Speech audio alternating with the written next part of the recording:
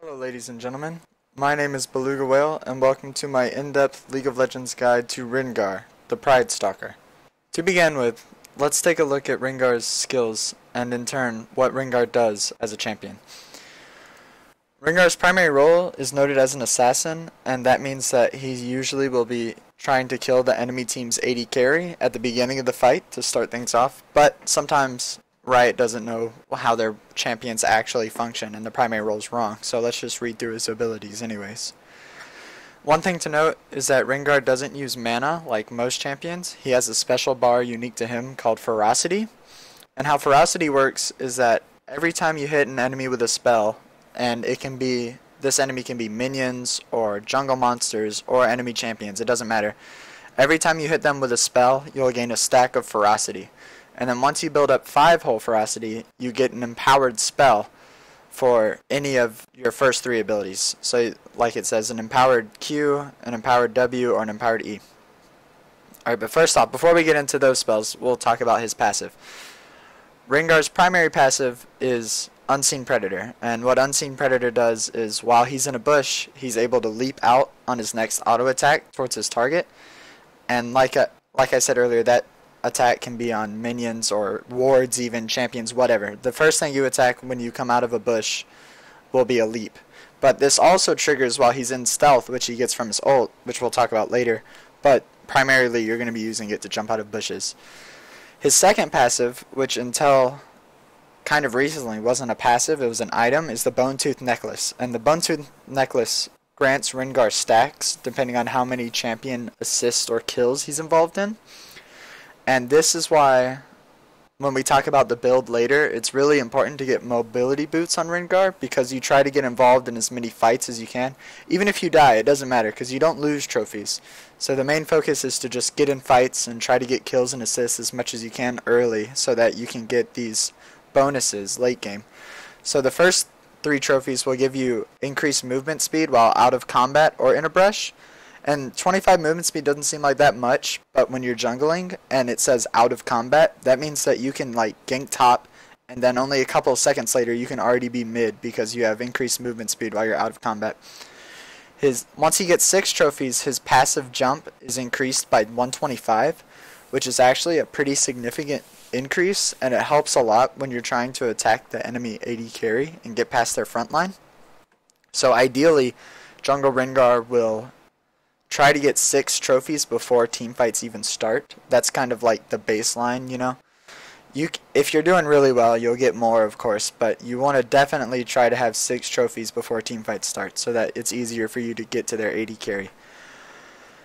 12 trophies, his ult's duration is increased, and then at 20 trophies, your movement speed is doubled. And once you get to 20 trophies, it's kind of ridiculous how fast you can, like, as soon as you see the AD carry out of place at all, you can just activate your ult, and then all this increased movement speed. You got increased movement speed here, this gives you increased movement speed. The ult already gives you increased movement speed, and you're going to have mobility boots, so you'll be hitting like 600 movement speed, and then you can just target their AD carry and take them out of the fight instantly. But you only get 20 trophies when it's very late in the game, and some Rengar matches you won't even get 20 trophies, and that's okay. That's just not a lot of kills happening in that match. Alright, his Q is called Savagery. Rengar's next basic attack within 3 seconds deals bonus physical damage. Kind of the most basic spell you could have, but it's also an auto attack reset, which is really important to note. And if you don't know about auto attack resets, I'll go into depth about them when we get to the game footage. But basically, with an auto attack reset, you want to attack and then use your Q on Rengar as quick as you can, and then you can get them both off within the time it takes to do one auto attack, and then that kind of doubles your damage for that auto attack. So it's something that you have to practice, auto attack resetting is, but once you get the hang of it, it greatly increases your DPS. His empowered Q is that Rengar's next basic attack within 3 seconds deals bonus physical damage. It deals even more physical damage, and it scales harder with your percentage AD. Additionally, this will grant him attack speed and increase his attack damage for 5 seconds. So this empowered Q is your main dueling spell, and it's also what helps you clear the jungle early, because it gives you increased attack speed, attack damage, and it hits really hard. It hits a lot harder than his basic Q. But the way Rengar's passive works, the ferocity bonus, or the way his cost bar works, I should say, you can use a regular Q when you have 4 ferocity, and then you'll get 5 ferocity and you can use an empowered Q, and then your other Q's cooldown at max rank, it's only 4 seconds, and you'll also buy some CDR, so then it'll almost be back up. So you can kind of Q the combo that you try to complete is you have 4 ferocity. You use a regular Q, an auto attack, an empowered Q, an auto attack, and then your regular Q will be back off, and you use that, and it's just a lot of burst damage all at once. Onto his W. His W is called Battle Roar. Rengar lets out a Battle Roar, dealing magic damage to nearby enemies and increasing his armor and magic resist for 4 seconds. Rengar gains additional armor and magic resistance for each champion or large monster hit. This is really important, or large monster hit. Your W, Rengar kind of has sustain problems early in the jungle, and your basic W is what's going to help you get through the jungle because it gives you increased armor and it gives you even more armor if you hit a large monster. So at rank 1, it gives you 10 armor, but you'll get another 5 if you hit a large monster. So that's a free 15 armor, and that's going to really help you get through the jungle and minimize the damage that you take. And that's pretty much it. If you're going AP Rengar, which I don't recommend unless if you're like trolling around with some friends, your W is obviously your main damage spell, and it does scale pretty hard. It scales 80% of your AP, which is actually a really high scaling. That's kind of like Malzahar's ult might have an 80% AP, like 80% is really high. But it's also his only magic damaging spell. That's why I don't recommend AP Rengar. It's not that great. But anyways, onto his empowered W. His empowered W deals modified magic damage equal to, it just scales between 40 to 250 based on his level, and it does 80% of your AP as well. But when it's empowered, your Battle Roar will heal you based on how much missing health that you have, is basically what this says. So this is really useful for baiting out an enemy. If you have full ferocity and the enemy is, and you're kind of low health, when you get late game and it's a percentage of your missing health after you've built some health items, it's actually a really, really large heal. So you can kind of bait out your enemies by having low health but using your empowered Battle Roar, because it'll also give you the armor and magic resist and stuff. So it's a really good baiting tool. That's all that you want to use this for. You don't use empowered Battle Roar that much while you're clearing the jungle, and I'll talk more about that once we get to the game footage. But basically the reason is it slows down your jungle clear by a lot. So you kind of only want to use this when you're in fights and you need it. His E is called Bola Strike. Rengar throws a bola in the target direction, dealing physical damage and slowing the first enemy hit for 2.5 seconds. 2.5 seconds is a very long CC. Even though it's only a slow and it decays over its duration, 2.5 seconds of being any kind of CC is quite a while. And then it scales pretty hard with your AD, 70% of your bonus AD with the 250 base damage. It's actually a big chunk of your damage combo, and it's a skill shot, so it's a lot harder to make sure that you hit this rather than his Q, which is just an auto attack. But we'll talk more about that once we get to the game footage again.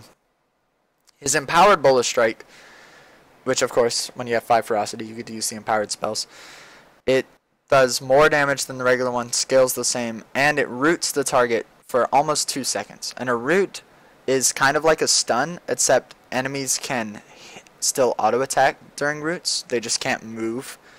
But basically this is your ganking tool on Rengar. This is how you gank people, your empowered Bola Strike, because what you'll do is you'll clear the jungle, and then when you think you're ready to gank or you see an enemy out of place or something, which we'll talk more about later, you try to charge up 5 ferocity in the jungle so that you can lead with your Bola, because almost 2 seconds of stun is a long time, and if you have an enemy that can, if you have a lane partner that can follow up on your CC if they have their own stun, it's really easy to chain with, and then it guarantees some kills early game. So this is your main ganking tool. And like I said, it's also a huge part of your damage combo. So I didn't say this earlier, but we max Q first on Rengar, and then we go into E second because it does so much damage. But Q is an auto attack reset, and that just has higher priority, which we'll talk about later, how important auto attack resets are. Finally, his ult is Thrill of the Hunt. Rengar activates his predatory instincts, gaining stealth after 1 second, and it can be delayed if the enemy is hitting you, which is actually really frustrating if you're playing Rengar. And True Sight of all nearby enemy champions for a scaling amount of seconds, or until Rengar damages a champion. So what all this means to sum up is that Rengar goes stealth and he gets to see enemy champions even if they are stealth, and Rengar's stealth doesn't break until either the spell runs out or you attack an enemy champion or an enemy. If you attack monster creeps, it'll take you out of stealth, of course, too. But anyways, you can place wards while you're using Thrill of the Hunt, which really isn't that useful, but it might come in handy. It's a good thing to note that it doesn't break your stealth if you try to place a ward, so you don't have to worry about that. While Rengar is stealthed, he gains 15 to 30% bonus movement speed while moving towards an enemy champion, but enemies are also made aware that Rengar is nearby. So this 1250 units away, this is longer than your passive jump. Your passive jump is, hold on, let's see if it says it. I don't know the actual distance, but really until you get the 6 trophies, it's actually a large ways off for when they get notified and before you can hit them. So you have to really time out your ult. What you'll do on Rengar is you'll kind of ult and then check out the enemy that you're trying to gank and wait for them to kind of step up some, and then you come in, because if you just go straight in, they're going to see you way before you can jump on them and be able to get away. Upon exiting stealth, Rengar gains bonus movement speed and generates 5 ferocity. And this 5 ferocity, like it says, over the next 5 seconds, it's kind of like 1 each second. So what you do on Rengar is you charge up your 5 ferocity so that you have your empowered bola to lead it off, and then you ult. And while you're ulting, you don't generate ferocity while you're ulting. It's after you come out of your ult. So you charge up 5 first, get ready with your E, use your ult, and then you'll jump on your target, use your E to root them, and then you just kind of use all your abilities. But since you're getting this, you get to 5 ferocity again almost before this even runs out. So you can chain your bola with another bola, and it almost guarantees kills as long as you pull it off right with his ult. That's it for Rengar's spells. Next we'll jump into some runes and masteries, and then item builds for Rengar. Alright, moving on to runes and masteries. First we'll just check runes. So the runes for Rengar are kind of different than the regular AD rune page. This is, if you're interested in jungling any other champions, this is kind of the standard AD, and also if you can't afford that many runes, which I totally understand. You know, I kind of have excess IP now, but that's just because I've been playing League forever. So if you can't afford that many runes, this is kind of the standard AD rune page. And even on Rengar, you can clear with this. It's just kind of harder. The optimized Rengar page, if I could find it, I know I have it up here. Yeah, here we go. All right. The optimized Rengar page is to have attack speed quints, attack damage reds, armor yellows, and then you take 3 magic resist per level runes, and these, if you take 3, they equal out to 9 magic resist. So at level 18 you'll be getting 9 armor and 9 magic resist from your rune page, so it's kind of even. And then you also take 6 cooldown, and when you take 6 cooldown runes, you'll get 5% extra cooldown, and that helps you get more Qs and clear the jungle earlier. And 5% cooldown, honestly, it's just to help you jungle early. And the reason you don't need that much magic resist on a Rengar page is because your main focus, since he is an assassin, is to kill the enemy AD carry. So honestly, some magic resist might help you, but this rune page gets you to the AD carry and helps you kill them the most. So that's why we run this. Mastery page, I should have it right here near the start. Yeah, right here's the mastery page. In the offense tree, since you're melee, you want to take double-edged sword. Double-edged sword makes you do more damage and receive more damage, but it's a lot more in favor for melee champions rather than ranged champions. It's not really worth it to take on ranged champions, but I definitely recommend it on all your melee champions, even tanks, because it's definitely worth taking. You want to take Fury, attack speed This would give you, if you took this, you would get 5 more CDR, and then you would have 10% CDR just off the bat. But really, you need the attack speed to help you clear the jungle early. So you want to take this, especially if you don't have attack speed runes. Like, this is mandatory if you don't have attack speed runes. Butcher helps you do more damage to minions and monsters. You don't really need Feast. Feast might help a little bit, but there are just more important spells to take other than Feast. Exposed Weakness increases an ally's damage to a target. You need this because once you bola someone in lane and you want your enemy to follow up, your bola will increase your ally's damage to them. So, and it's for 3 seconds. And then also your Q triggers this as well. All of your spells trigger this, so it's definitely worth taking. This is just standard AD, because you're not going to take AP on Rengar. Take the AD per level, flat AD. Executioner in Dangerous Game. Executioner makes you do more damage to low health targets, and this heals you once you kill a target. And this is really good for jumping onto the AD carry and then also living after you kill them. Because even though Rengar's one job is to kill the enemy AD carry, if you can live afterwards and keep on fighting, it helps your team way more than just killing the AD carry. And then sometimes if you get an assist on someone else from like your W, and your team, say your W hits the enemy team's mid laner, and then your team kills the mid laner before you're able to kill the AD carry, well then you're going to get 5% of your missing health back, and it's probably going to help you kill the AD carry after that. Spell Weaving and Blade Weaving are just because Spell Weaving, damage an enemy with a basic attack increases spell damage, so if you hit an enemy with a basic attack, your Q damage will increase. And then if you go to Blade Weaving, hitting an enemy with a spell increases your basic attack damage, so if you hit someone with your Q, your auto attack damage will increase. And that should be kind of intuitive that that works really well on Rengar, because he has an auto reset and he'll be triggering both of those all the time. If you were laning Rengar, it might be worth to take Warlord and to get bonus, increases your bonus attack damage, but jungle Rengar only gets to buy like 280 items, and then the rest you have to build tank. You'll still do a good bit of damage, but this mastery isn't really worth it. It's a lot more worth it to get the armor pin, since also you don't take armor pin on your rune page. This is your only source of armor pin other than the brutalizer that you'll probably end up building. So this is really important to take on almost all junglers. It's not worth to take Warlord. You kind of always want to take Devastating Strikes. And then finally, Havoc just increases your damage by 3%. That's always good. In the defense tree, Enchanted Armor is really good on lane Rengar, just kind of like Warlord is. But you can't clear the jungle if you take Enchanted Armor, because early game that's only going to give you like 1 more armor from your W. That's why this is good, by the way. Sorry, I didn't mention that. Your W gives you bonus armor magic resist, so this increases the bonus you get even more. But in the jungle, it's much more important to get your first clear done, so that's why you have to take Tough Skin. Pretty much this season they made it to where every jungler has to take Tough Skin, and it kind of sucks, but that's just how the game is right now. So you have to take Tough Skin, and then block increases damage from champion basic attacks. You're going on the AD carry, remember. Your whole Rengar build is to kill the enemy AD carry, so if you're taking less damage from basic attacks, that's good. This just increases all damage by 2. 2 seems pretty insignificant, but it's 2 on every single thing they hit you with, and it kind of adds up. It might be like 30, 30 save damage at the end of a whole fight, and that's definitely worth it.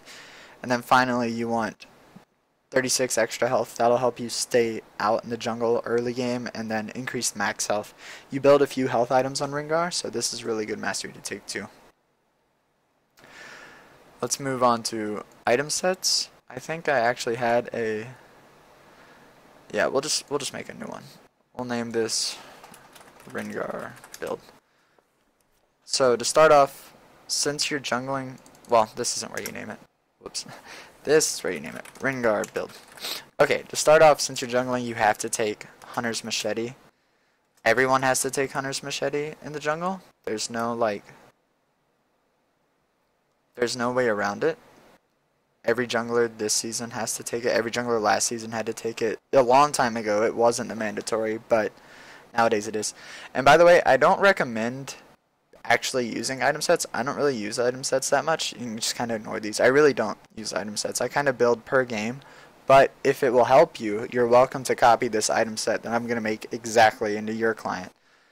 So you're going to start with Hunter's Machete, and that leaves you enough gold for 2 health pots. And then You also want the warding totem. You want warding totem because, as you'll see in the gameplay, it's good to place a ward kind of outside of your buffs just to know if the enemy's going to try to invade you or something.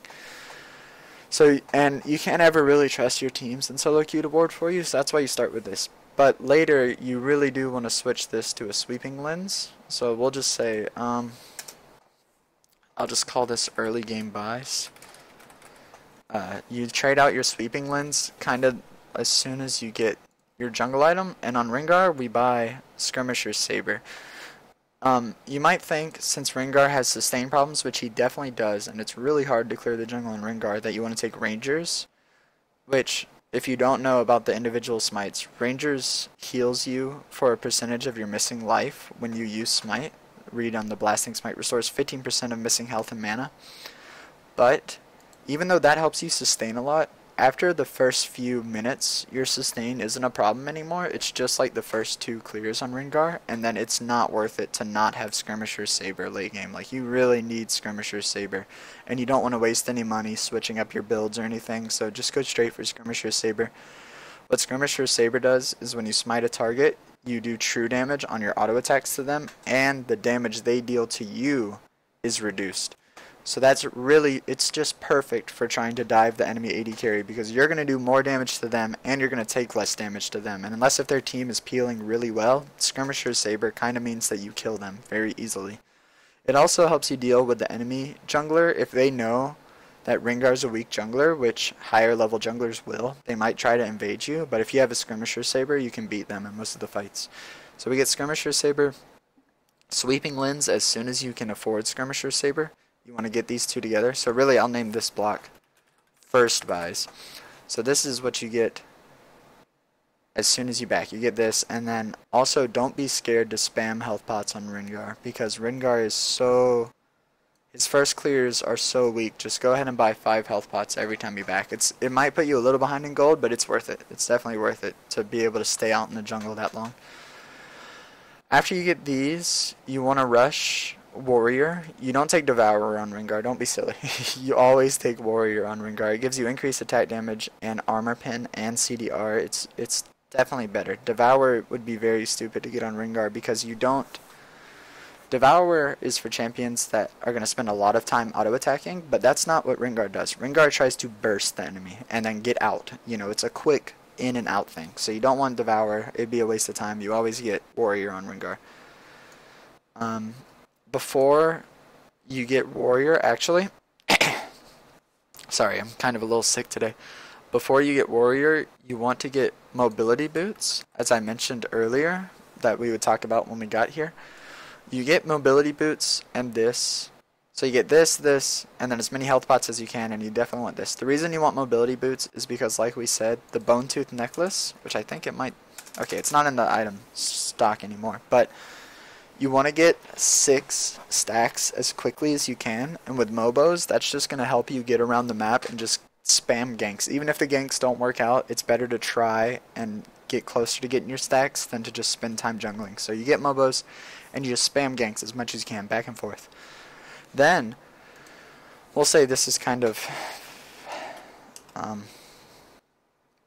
pre-mid-game, I would call this. It won't be mid-game yet, because mid-game is kind of when your team starts grouping, and you'll get this before your team starts grouping. But you get this item, and also you want to get a Vamp Scepter. And Vamp Scepter is going to kind of remove all of your sustain problems that you had earlier. And that's another reason why we want to get Skirmisher's Saber.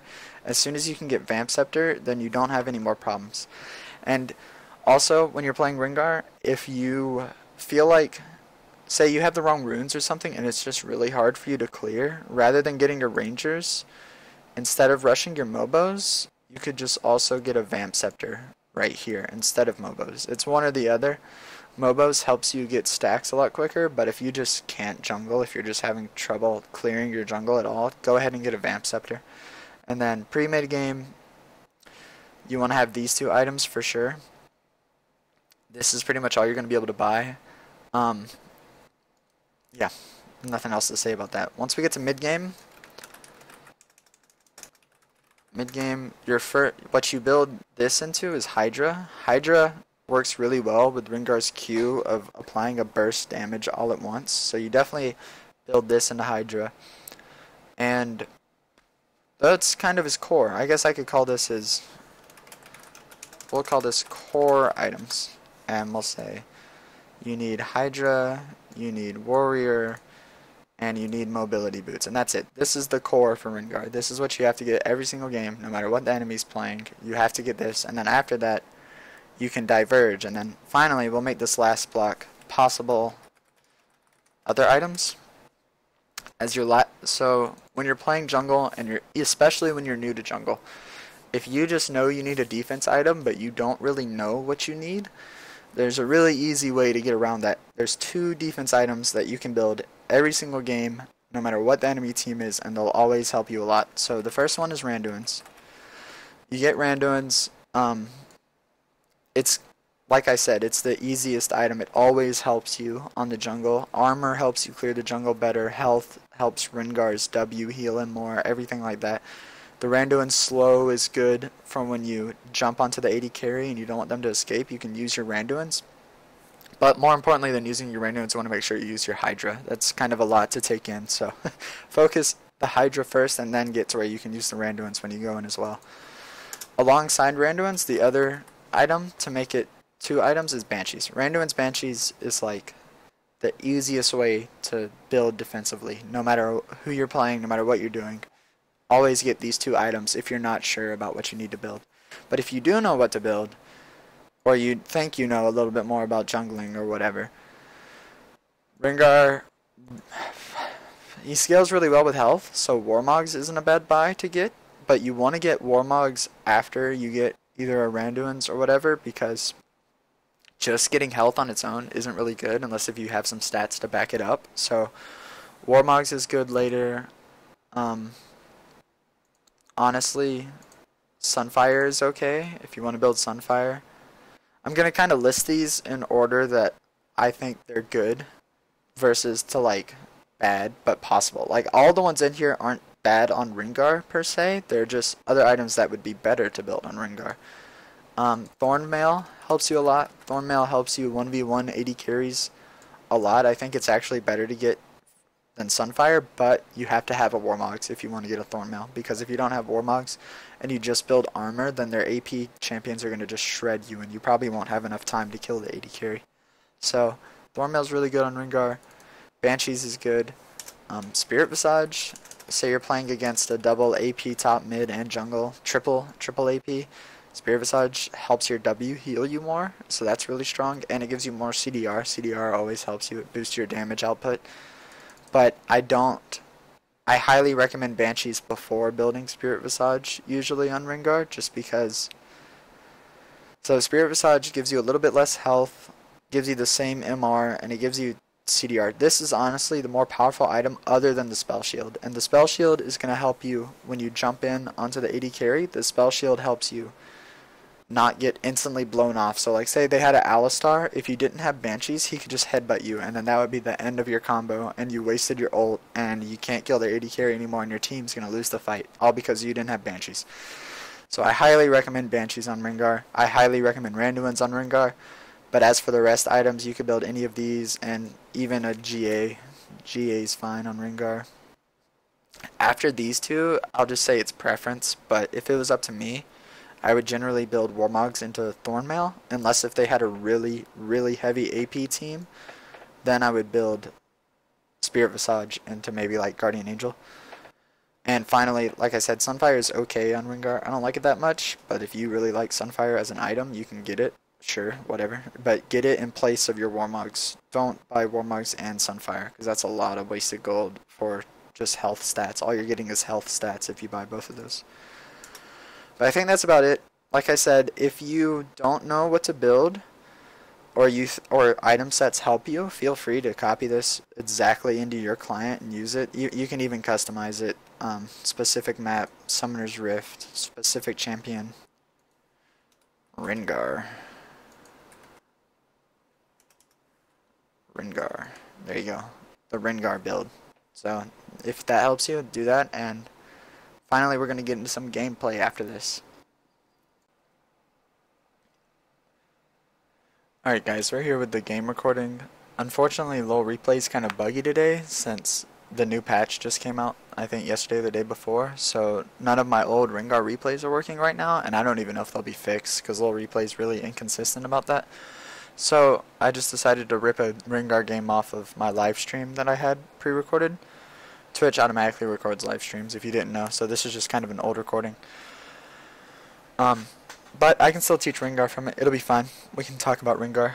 Right now in the loading screen, as a jungler, when you're loading in, you want to kind of look at the enemy's team and think, alright, who am I going to be able to gank this game? You know, when you kind of plan out your early game, you can't really plan for late game because you don't know how your lanes are going to perform, but you can plan for early game. So right now, looking at their team, I see that they all have flash, so I don't get any free ganks like that.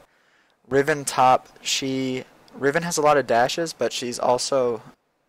We have a Lysandra top, and Lysandra has a lot of CC to follow up on my Bola, so maybe top's a good lane to gank, but also I thought it was Annie mid, and Annie has no escapes. She can only stun you and then run away, so that would also be a good lane to gank. But later on we find out that it's actually Morgana mid and Annie support, which they both work in either role, but I think Annie's a little bit better mid than Morgana is, so I don't know why they did that. To start off buying, I bought a Hunter's Machete and 2 health pots, like always. On every jungler, that's what you do. And I got a yellow trinket. Earlier, when we were talking about items builds, I told you that you want to place a yellow trinket to see if they're invading. And that's what you see me doing right now, placing a yellow trinket in the river just to see if the enemy wants to come and mess around. Fiddlesticks actually placed his in down here in the tri-bush. So that's good for me because we have complete sight over my red side jungle, so I know that they're not going to invade me anywhere. I'm going to start Krugs like normal because Krugs is just, if you start on the bot side of the map, so we're on blue team this time, and that's why I started Krugs, because bot lane gives the best leashes. If we were on red side, I would start Gromp for the exact same reason, that bot lane gives the best leashes. Looks like the stream's kinda, the playback's laggy for a second. Alright, I don't know, I must have alt-tabbed or something, whatever. Nothing spawned, so you didn't miss anything. I started my Q, like always on Rengar, you start Q. It's an auto attack reset.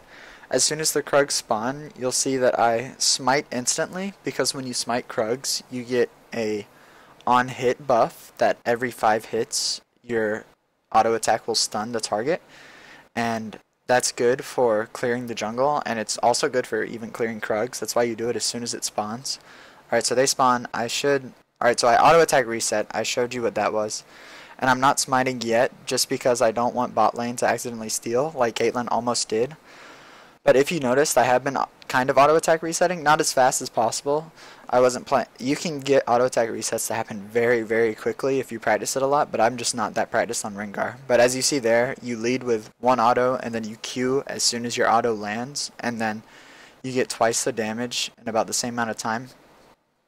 Right now, I'm kiting the red buff back and forth. What you do is you drag it down to one bottom end, and then you walk back and forth across. You can use attack clicks if you're good at those. I'm not really that good at those, so I don't usually use them. I think I was trying to show you those in the stream. But you kite red down to the bottom side of that bush, and then back across its pit, and then back. And red will spend a lot of time chasing you, rather than auto-attacking you. And then during that time, you can get free autos on it, and it'll save you some damage, because you get more autos on it than it does, since it has slower attack speed than you, and has to spend a lot of time walking around. So that's why you do that. You saw I went and cleared the crab, because I was kind of low, since Rengar just has terrible sustain. If you start on blue side, you can actually get away with doing Gromp blue red and ganking, but that's only because when you smite red, you get a health boost. So if you're on blue side, you actually kind of have to do this start on Rengar, where you clear your Krugs, red, clear your crab, and then you clear your birds after that, or raptors, whatever you want to call them. And then you can go back. It makes you gank slower, and unfortunately my top lane already died since I wasn't able to come up there and gank. She didn't get yanked. She died on her own, but if we were on red side, I would have ganked that.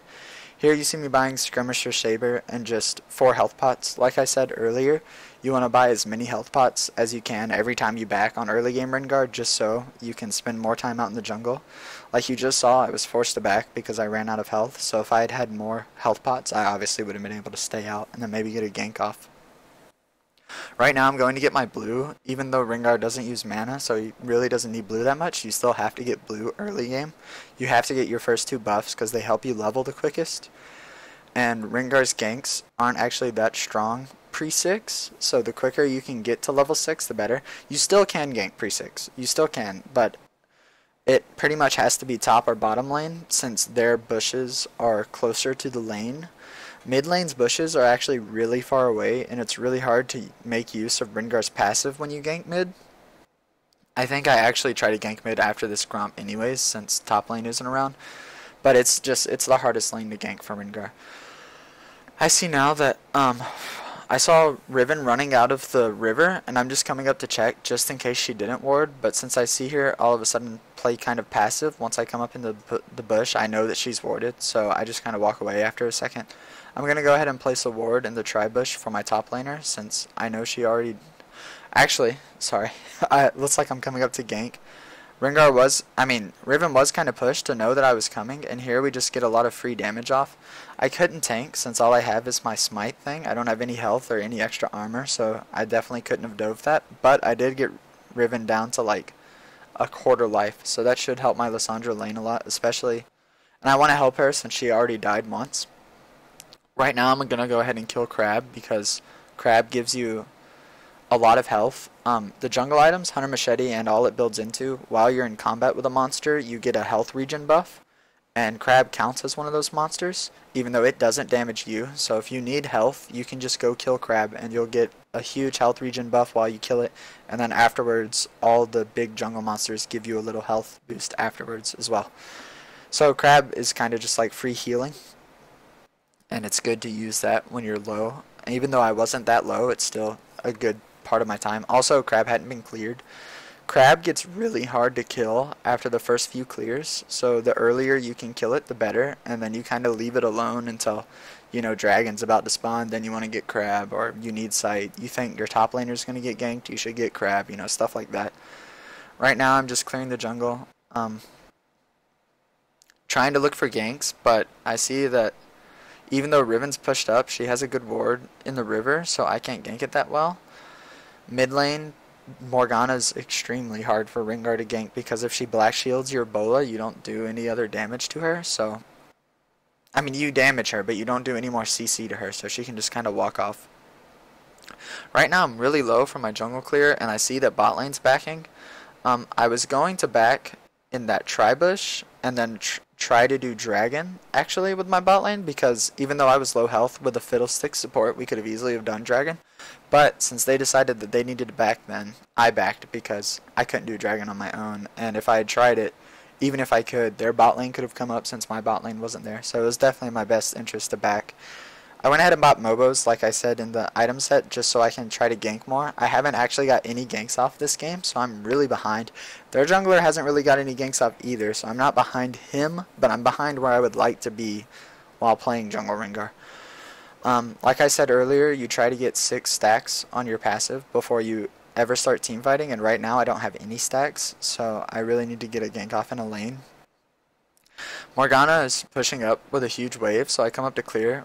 You only want to clear lanes when there's a really large wave, because the whole time that I was mid, their top and bottom lane knew that I was mid and their jungler, so they could have like turret dove bot lane, and I couldn't have done anything since I was mid lane.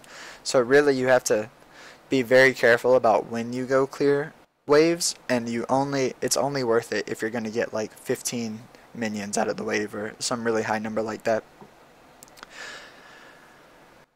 So now, after clearing red, I finally have my ult, and that means I have a lot easier ganking tool. The reason I didn't use any of my ferocity bonus, as we were talking earlier, is that you want to, when you think you're ready to gank, which I'm ready to gank, you charge up your ferocity bonus, and then you come around with your ult.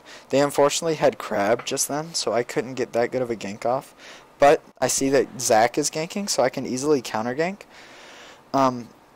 I wanted to ult to avoid the Crab, but unfortunately I couldn't do that since my ult's only rank 1 and I didn't know how long I'd need it. But here, Jinx doesn't really respect me coming in. She has the exclamation point, but she just stands there.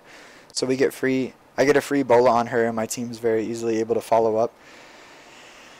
On Annie, that's just me chasing her down. She also didn't really respect our damage, and I was able to get some bolas off. Here, Fiddlesticks dives, and I don't really know why he did that. Me and Caitlyn both were very low health, and we couldn't follow up. And unfortunately, here I die. I thought our minions were tanking the turret, but for some reason they were out of the range, and that's what ended up getting me killed. But Zach didn't get any gold. Annie was the only one that got a gold on my kill, so it wasn't terrible. It just wasn't. I mean, obviously, you want to avoid dying whenever you can, but it's not terrible. Here, I'm going ahead and I'm rushing into my my warrior enchantment, which, as I think I mentioned in the guide, that's what you want to do, unless if you see that you're having really hard clearing problems, which I'm not having a problem clearing, so I don't need to build a Vamp Scepter, but you could have built a Vamp Scepter in that situation if you felt like you needed it. Here, I'm trying to give my blue buff over to my Diana or my Lysandra. Honestly, either one of them. It's better on them than me. But neither one of them are responding, and since I'm Rengar, I really can't afford to tank it for a long time and make them come over. So I'm just going to go ahead and take it for myself. Here, I have my second smite is almost up, and when your second smite is up, that's when you want to smite Gromp. I should smite Gromp here. I don't know if I do. Yeah, I do. Okay. Because my next smite's going to be in 15 seconds, and Gromp is a really powerful combat buff, so that's why I went ahead and smited it there. I see that Zach's ganking top, which is really unfortunate timing, because I was going to gank top as well, but then Zach just beat me to it, and Lysandra was kind of out of place for a Zach ult, so she died. I see there's two mid, and I want to defend it, but I saw Zach also coming down from top, and I know that I can't even win a 1v2 versus Annie and Jinx, much less a 1v3 with Zach on the way. And since Caitlyn's still bottom, there's no reason for me to run mid and try to defend it. I would just be killed. So that's why I let mid die. I didn't want to do it, but it was my best play at that point. I see, or our team pings that they're about to go for dragon, and I'm just trying to clear the mid wave quick enough so that our turret doesn't take a lot of damage. I don't think that they can clear the dragon that quickly, because they don't have... It's just Zach. Zach doesn't do that much damage. And here, I come in and I actually managed to get the smite steal from their team, which actually helped our team a lot, because we were really behind at that point, and if they had gotten a dragon, they could have started to really snowball. But I managed to smite steal it away from them. The way I smite stall was... So they didn't have any wards in our jungle, just because we saw their pathing for the past like minute and a half, and they didn't walk into our jungle at all. So Zach didn't know that I was coming to steal it, but I knew I was coming to steal it, of course. And your ult does give you a way to targets, but only when you're almost within jumping range. And there I was not in jumping range at all until I was on top of the dragon almost. So they had no idea that I was coming pretty much, and that's why I was able to steal it. I knew that I was about to be smiting for the buff, so I went in and used my 2 empowered Qs and smited, and I got it. And I think I just startled Zach there because he had no idea that I was going to come flying in for the steal since I didn't reveal myself earlier. So basically, in the long term, that's just me telling you. That's how I was able to steal, and that's why I went in to steal. Normally, you don't want to risk a steal unless if you're fairly confident that you can get it. But there, I knew that since Zach didn't know I was coming, I'd be able to do it. Here, I'm just clearing Krugs and Wraiths because I have nothing else to do, and they have 2 mid. I saw Annie mid just now, but I still am coming in for a gank. Morgana's doing a lot of damage, but she also is taking a lot. I don't know why my Diana backed off there. Even though Morgana was going to hit us with her ultimate, we still way outdamaged her. There was no way that she was going to live. That's why I kind of just sat there and attacked her through her ult. It didn't really bother me, but Diana backed off and it almost cost us the kill, but then it didn't, so it's no big deal. We got the kill, that's good. Here you see me, as I said earlier, you don't really use your empowered W in the jungle. And if you notice earlier in the stream, I didn't really talk about that, but I never used my empowered W because your empowered W will heal you for, say, like 150 at level 1, maybe. We'll call it 150. 150 is like 3 auto attacks from a jungle monster, and your W does not really do damage to jungle monsters. So if you use your empowered W, you'll get the heal, and then the monsters will just take it right back away from you. And if you use your empowered Q, you'll kill the monsters quicker, and you'll be at about the same health. And even though you're at the same health both times, you're killing it much faster if you use an empowered Q, and that's why you want to use it, so you can clear your jungle as quick as you can. Here, Zach's invading me, and I see Diana's on the way, and I also juke his E in, so I know that I can fight with him a little bit. He does do a lot more damage than me, though, so I have to kite back and forth a lot, using the bush to jump and juke him. I think here I die. Yeah, I die, but then we get Zach's passive. Unfortunately, their Riven was so far ahead, I didn't take note of that. Their Riven beat our Lysandra there, and she completely turned the fight in their favor. If our Lysandra had been able to run down first, we would have definitely won the trade, but that's just what happens when your lanes are behind. When your lanes are behind, you're a lot more susceptible to being ganked in your own jungle, and it sucks, but once again, that's just kind of how the game is. So there, what I should have done is just avoid Zach the whole time, knowing that Riven was much farther ahead, but I went in anyways because I thought Diana could clean up the kill, but then Zach had passive as well, and I didn't take note of that. So overall, it was it was a pretty bad play on my part.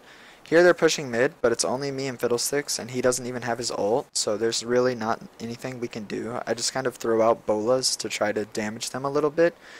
And if I catch the right person in a bola, like Annie, then we might be able to capitalize on a kill off of that. So, but I couldn't really go in to fight because I don't have any tank items yet. Right here, I see Jinx and I see Annie. And I think that I kill Annie here. I might not, but it was a pretty fair trade. Yeah, I'm pretty sure I get her here. I don't know why Jinx didn't come down. If Jinx had come down... Okay, Jinx did come down. But luckily my Diana is there to follow me up. And then I think Zach comes in from the top, maybe? I don't know. Diana plays that really well, and she kind of cleans up the mess that I make. Thank goodness. Because I thought that I could kill Annie quick enough, but she had a lot of stuns up. That's what happened. Annie had her stun up, and then she got another stun up. So I really wasn't able to secure that kill. But Diana did get a kill out of it, and she didn't die. So 1-for-0 trade on our part is good. Here I'm killing the crab because I think Dragon is up. Yeah, Dragon's up in a minute, and I don't know exactly how long crab lasts, but I'm pretty sure he lasts about a minute at least. So if you want to get crab when Dragon's in like a minute or a minute 30 so that you see if the enemy tries to come and place vision on it at all. Even if crab dies when Dragon spawns, just knowing how much your enemy prepared for Dragon can give you like a really good idea of whether you should try to do the Dragon or not. And crab can't be removed even by a red trinket, so there's no reason to not kill crab early. Here my Caitlyn was taking my farm in the jungle, which is really one of my pet peeves as a jungler, because of my jungle item, I get 30 more gold on each large monster kill, which is almost double the gold per camp that other people get. And Caitlyn kind of went out of her way to get my wraiths, which in the long run it's really not that big a deal, and I probably shouldn't have said anything, but that's just one of my personal pet peeves as a jungler. Here Dragon's up in like 5 seconds, I think, because it was up in a minute ago. About a minute ago. So yeah, Dragon just spawned. I'm trying to group for it, but Diana's diving their Jinx mid, which she does kill the Jinx, but overall, that's not that great of a trade since they have Zac to zone our backline, but Fiddlesticks gets a really good ult off and Caitlyn follows up, so we were able to capitalize. Lysandra also gets the Annie, who we bursted at the earlier.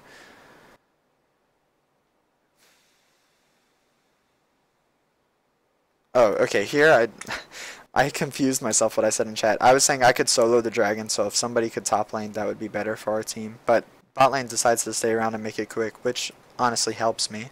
It was fine for them to do either one. They probably could have gone top and saved Lysandra, because I think she's going to die here to Riven, since their Riven's just so far ahead. But honestly, that's all we could do right now is get the Dragon, because one of the easiest ways to win in solo queue is to just get 5 dragons, because even if the enemy team gets the Baron, if you have 5 dragons, you just beat them. You beat everything. You destroy turrets quicker, you kill minions quicker, you kill enemy champions quicker.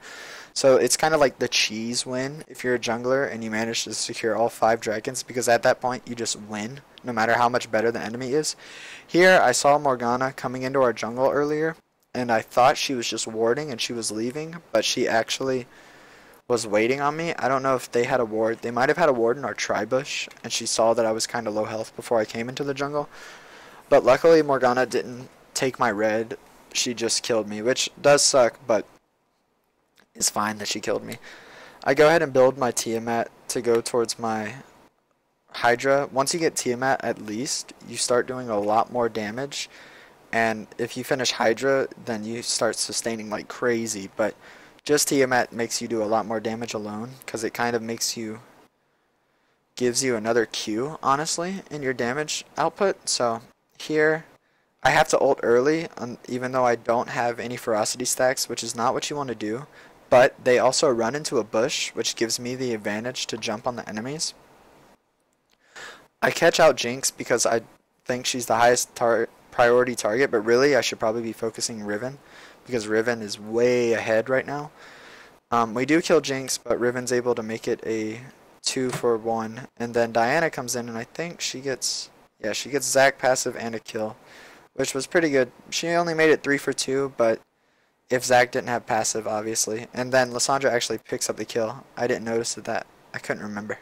Sorry, I didn't watch this beforehand. But so that makes it a 3-for-3, and their Riven is way out of place. I think we chase her for a bit, but she gets away just because she's Riven and she has a lot of escapes.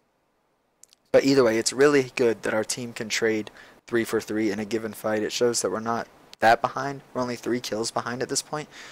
Here I give up on Riven because I figure she's just gone, but then Fiddlesticks actually finds her, and I just kind of stop doing the wraiths immediately and come in for the last hit.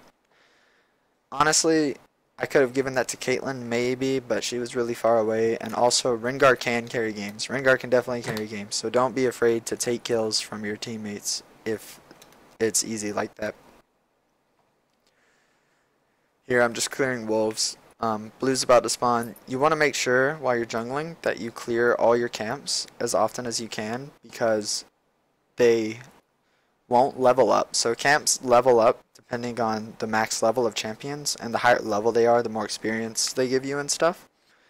But if you don't clear them, then they won't ever level up, and then you won't get like any experience from it. And then it's just a waste of your time almost to clear it. But if you don't clear it, you're never going to get the increased thing. So honestly, all that amounts to is that you really need to clear your jungle camps every time it's convenient for you. Here, Fiddlesticks is coming for a gank top, and Lysandra's kind of baiting. Honestly, this Riven there wasn't a lot she could do about this, but she came up without any wards anywhere. She didn't even try to ward on her way to her lane, and that resulted in her death since she didn't see any of us on the map except Lissandra. So she played kind of greedy right there. I noticed I used my challenging smite on Riven earlier. It makes me take less damage from her, and that's a large portion of why I lived, because I was taking less damage, 20% less damage from her, and it makes me do more damage to her to kill her quickly. Here the blue buff's up, and I'm finally able to give it to one of my teammates, which I've been trying to do all game almost, but they've been busy doing other things. And now you might notice, now that I have Hydra, I'm able to clear the jungle without actually being killed, so that's really helpful. I have 1800 gold, Hydra costs 600, and I think I start to build into Randuin's because their Riven is really, really fed. Yeah. And like I said before, Randuin's is like the easiest armor item to build. Honestly, Riven doesn't auto-attack that much, so Randuin's isn't that great of an item versus her, but it gives me free health, which will help me with Annie and Morgana. And it also gives me a lot of armor. 70 armor is like the third highest that you get from a single item in the game, I think. Frozen Heart gives you 100, and Thornmail gives you 100, and Frozen Heart gives you like 99, I think. Here we catch out Riven again. She was trying to, I think she killed Caitlyn. Yeah, she killed Caitlyn, but she was playing way too greedy. Their Riven really played way too greedy. Here I'm trying to kill Jinx because that's your one job as a jungle Rengar, is to catch Jinx. But unfortunately, I never saw Zac. We didn't have a ward on Zac, so I kind of flash in way too early, and then Jinx is able to kill me. And once I die, Lissandra also dies. Fiddlesticks does a questionable ult back in since he already hit Zhonya's prior to that. And then Diana is able to make the best out of a bad situation again. I think she ends up dying, but she might kill Morgana too. I doubt it though. I'm pretty sure she just dies as she is. Dragon's soon to spawn, so I'm trying to tell my team to focus for that. Diana does manage to kill the Morgana. Okay, that's what I thought. So in the end, it was Riven, Diana, Annie, I think. No, Riven, Morgana, Annie. Oh, Jinx ended up dying too. Okay, so really it was 4 for 4. Um, the reason I have tab open on the stream is I was explaining that it was kind of bad for me to chase Jinx, but I also didn't know she had both her summoner spells. That's what it took her to get away from me. And then next fight, she won't have her summoner spells, and I'll still have my leap, so I'll be able to get to her, and then she really won't have any way of getting away from me unless if Zac peels really well. And honestly, Zac hasn't been peeling that well so far, so I don't expect him to. Here they managed to get this dragon, which is okay since we already have one. As long as we don't get shut out, I don't really mind that they're getting a dragon. So now I'm just going to go back to jungle clearing for a little bit. I see Riven bot, and in the last fight between me, Lissandra, and Riven, I don't know if you noticed, but I did about half her life with a single non-empowered Q, so I'm pretty sure I can take her in a 1v1. So I jump on her, I auto her, I think I bola her, yeah, I bola her because she can't dash, and like her Q and her E, which is a huge part of her kit, require her to move, but when you're rooted, you can't move, so Rengar's bola really counters Riven. And then after that, she didn't do enough damage for me for it to be significant since I had armor, and I don't think she had that much armor pin yet, so it was just a pretty easy catch. Here Lissandra's getting caught, and I want to help her, but honestly, I'm just going to walk up and have to walk away because she got caught out pretty hard, and they do too much damage for me to jump in. So basically what I'm trying to do in the game as a whole right now is find out Riven, or catch Riven or Jinx on their own and then kill them, and then as a team focus on the rest because all the others are magic damage. And I don't have a lot of magic damage built, but with my team we can focus on. Morgana doesn't do that much burst unless you get hit by a snare. And Annie does a lot of burst, but she is the support, so really it's just kind of sustained magic damage from their team. So you don't have to worry about that much. While on the other hand, Riven's whole kit is burst, and then if Jinx gets a couple of crits on her AoE rockets, that's a ton of damage. Here Annie catches me out, and I don't know if it's just Annie. I actually saw Morgana and Riven mid, and I see Zac in their top jungle. Riven's already bot. I could have probably chased that Annie, but she had Mobos, so she was able to get really far away really quickly, all the way to Zac almost. So it wouldn't have been very beneficial if I had chased her.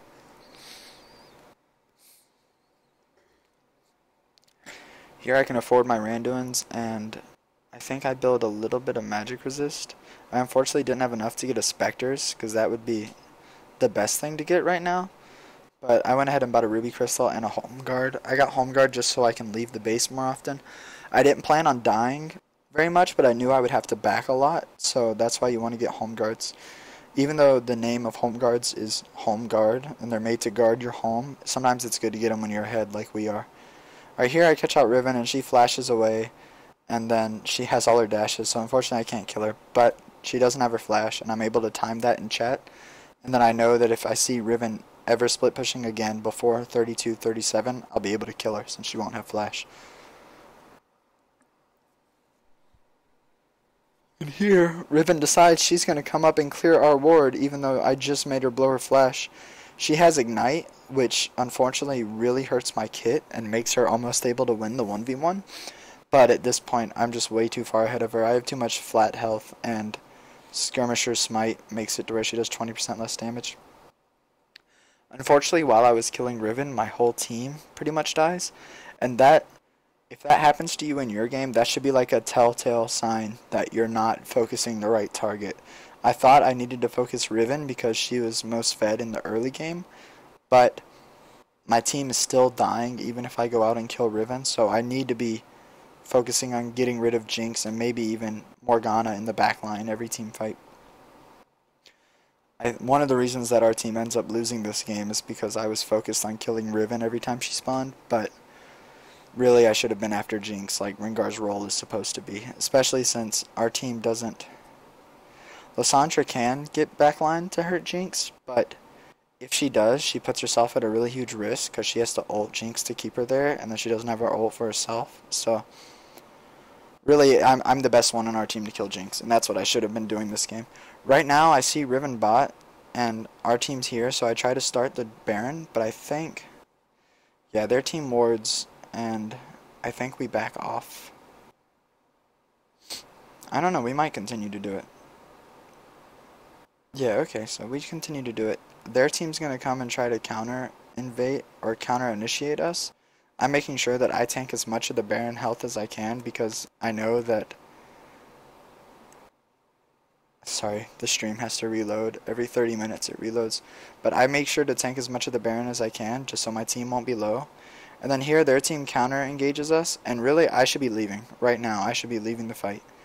But I see poor Jinx overextend, so I think, okay, I can get that kill. But then, Caitlyn dies, and Riven actually chases me. Okay, now I remember. Riven was really mad that I killed her earlier, so she focuses on me in that fight, and because of that, she lets my Caitlyn get away. And then their Zac thinks that he's tanky enough to turret dive us. We kill him. He loses turret aggro when he goes into small form. So then Riven dies as well, and then we managed to turn that into a 4 for 3 when it was a 3 for 2. So it was really bad of our opponents to keep chasing like that. Here, one thing about Baron that you have to note is that it's not a fighting buff anymore. It barely gives you any increased combat stats, unlike it used to in all the previous seasons. See, people still have that mentality that, oh, we got Baron, let's go team fight, we can win a team fight because we have Baron. No, it's not what you do with Baron. With Baron, you're supposed to push waves. That's all that you do with Baron. Baron is a pushing buff this season. It's made for you to close out games. So here my Fiddlesticks is really worried about getting the dragon because, like I said, 5 dragons is kind of a cheese win. But I don't want to waste any Baron time, so I tell Caitlyn, yo, let's go ahead and take a top turret. You know, that's what you do with Baron. You're supposed to take turrets. Here, I already have 20 stacks, so I have the increased movement speed and duration from my ult. So I know that if I ult, I'll be able to beat their team here. And then I think that I've caught out Annie, but Annie has Talisman of Ascension and Righteous Glory. So that means that if you don't kill Annie instantly, she's going to be able to bring her whole team in very quickly to kill you. Our team does manage to get the dragon. They focused on that while I distracted Annie, which is pretty good, but honestly, we get 3 deaths, or 2 deaths? No, 3 deaths, yeah. We trade 3 deaths for dragon, and that's really a really terrible trade.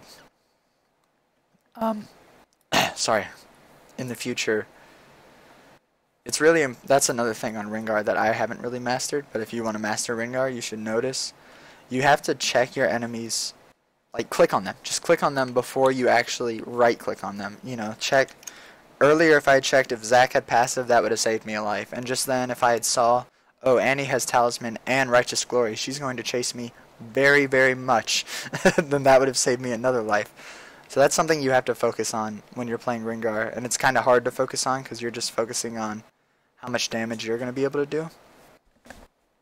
But here they managed to take our inhib off of that kind of dragon throw, but we got the dragon, so in the long term it's not going to be that bad, but in the short term it kind of hurts us a lot. Here, I think, well, I've caught out Riven and Jinx, of course, and then I almost killed Jinx, but she manages to throw her traps on me, and then Riven comes into body block, so I just kill Riven. So it's a 1-for-1. It could have been a 2-for-1 if my team had quick enough reaction, but it wasn't, and therefore it was a bad fight for me. I should have waited longer before actually jumping in, let my team have more time.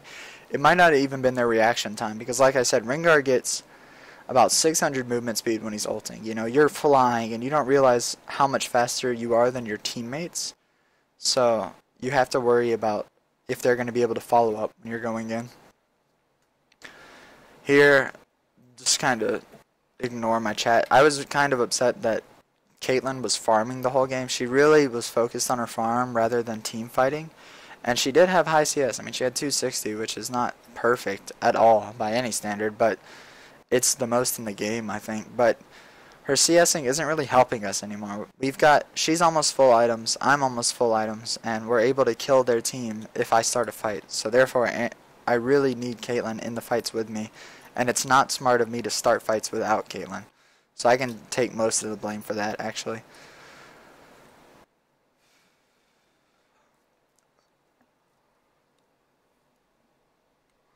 I should have actually smited Gromp. You want to smite Gromp every time you have 2 smites or near it, because it's the best combat smite that you can use. But I save smite, I think, just so I can smite Riven and Jinx, honestly, is the reason that I saved my smite there, but Gromp would have been more beneficial. Here my bot lane's getting very caught out, because Caitlyn stopped farming again, like she likes to do, and I was clearing mid so that our Nexus wouldn't be at risk, because that's like the worst thing when your Nexus is at risk. I should have left after that last wave I cleared. I shouldn't have cleared this. But also, as I typed in chat, there wasn't any dragons up and there weren't any turrets that we could push down, so there was really no reason to be that aggressive like my bot lane was doing. So I just want them to play safe. But here, yeah, okay, Annie comes in with the Talisman Righteous Glory for the 9,000 movement speed moving in. But she only goes on Lissandra, and Lissandra manages to ult her at the beginning of the fight. So that means that I get to go deep over to Jinx, and then Zac tries to peel. Zac dies too. Riven's the only one alive. 5 for 4, or 4 for 0. That's what the trade was. It was 4 for 0 in our favor. So right now, my team should honestly be sending 1 back to wave clear mid, and then everyone else should have been bot to get an hit. But unfortunately, they send 3 back to clear 1 wave, which I don't really understand. They didn't really need that many, but I'm going to go ahead and push bot as much as I can. Try to get any damage on the turret if possible. I'm checking the timers. Annie's up in 6 seconds, so I can't actually do that much if Riven's here and Annie comes. But I see Riven in our blue, actually, so I probably could have got... Well, my minion wave was too behind. There was no way I could push. There, like I said, we won that fight because Lissandra managed to contain Annie the whole fight. And then I was able to kill Jinx. And like I said earlier, me killing Jinx won that fight. So that should really be like a telltale sign. I need to be killing Jinx every single fight. But unfortunately, I think later I focus on Riven over Jinx. And that turns out poorly for my team. Here, I got kind of cocky because I'm ahead. I knew that Jinx couldn't 1v1 me at all. So I decided to walk right in front of her. But then, she had a whole team of follow-up. I didn't see their team anywhere, so I should have assumed that they were nearby. And they managed to finally kill me, even through stealth, with the Morgana ult, because you don't actually have to be visible to be hit by a Morgana ult. So she was able to chunk me down with that, and then Annie had Ignite, so that ended up in me dying. Here, Caitlyn does win a 1v1 versus Riven, which is, like, kind of helpful, but their team is pushing in really hard, so it's really not that good for us. As for my build, I decided to go Spirit Visage this game because, like I said, if you're against an AP, if you're against a lot of AP, it's okay. And since they had Annie support, and Annie does a lot more magic damage than any other support, I figured that it'd be a good match to go Spirit Visage. It also increases the amount that my heal gives me, so when I jump on the back line, if I manage to get a heal off, we'll be good. Here, Caitlyn's actually cleaning up really well. Since she's been farming so much, it finally starts to show, which is really good. I think I take this? Yeah. I go ahead and take that just because she just got 2, so there's no reason that she needed it. Here, I know that Fiddlesticks can solo Dragon, even though he support Fiddlesticks because he's Fiddlesticks, and he's very easy to clear jungle camps with. And then me and Caitlyn are going for Baron because I know that I can tank Baron long enough with a Spirit Visage and a little bit of armor, and then she can do enough damage for us to kill it. Lissandra has teleport up. Here, I actually smite the Baron early, which was a huge mistake on my part. I thought Riven's the only one alive. There's no way that she's going to be trying to contest this. You know, she'll be farming somewhere. But since I smited early, Riven almost gets it. But I think I actually catch her here since she was being so cocky. Yeah, I have to wait to use my E until I get past the minion wave, and then I'm able to actually snare her, and then this should be a kill right afterwards. Yep. Alright. Free kill since Riven almost stole Baron. If Riven had stolen Baron, it would have totally been worth it, even if she had died. That was really a huge mistake on my part to not think. I just wasn't thinking. I honestly thought about it, and I thought to myself, yeah, I can smite here because Riven won't be here. But then, she was, and she almost stole it. Here, Annie tries to catch me out, but she doesn't have a stun up, so I kind of just get to walk away from her. She used both her Talisman and her Righteous Glory, which wasn't good for her. And I'm going to give the red to my Caitlyn, since Caitlyn just almost got a quadra kill. I'm thinking, okay, Caitlyn's going to carry us this game. So right now we're clearing the camps. I'm actually full build as well. All I need is a potion, and I think I'm going to get a red potion. Yeah, red potion, because it gives you free lifesteal against champions and increased attack damage, which is going to make me more of a threat to their backline. So I get a red potion, give my buffs away to my whole team. And then honestly, all my team needs to do right now is group mid with Baron, and then we end the game. Because with Baron, that's what you do, you push. But I think... And then here's where I actually throw this game.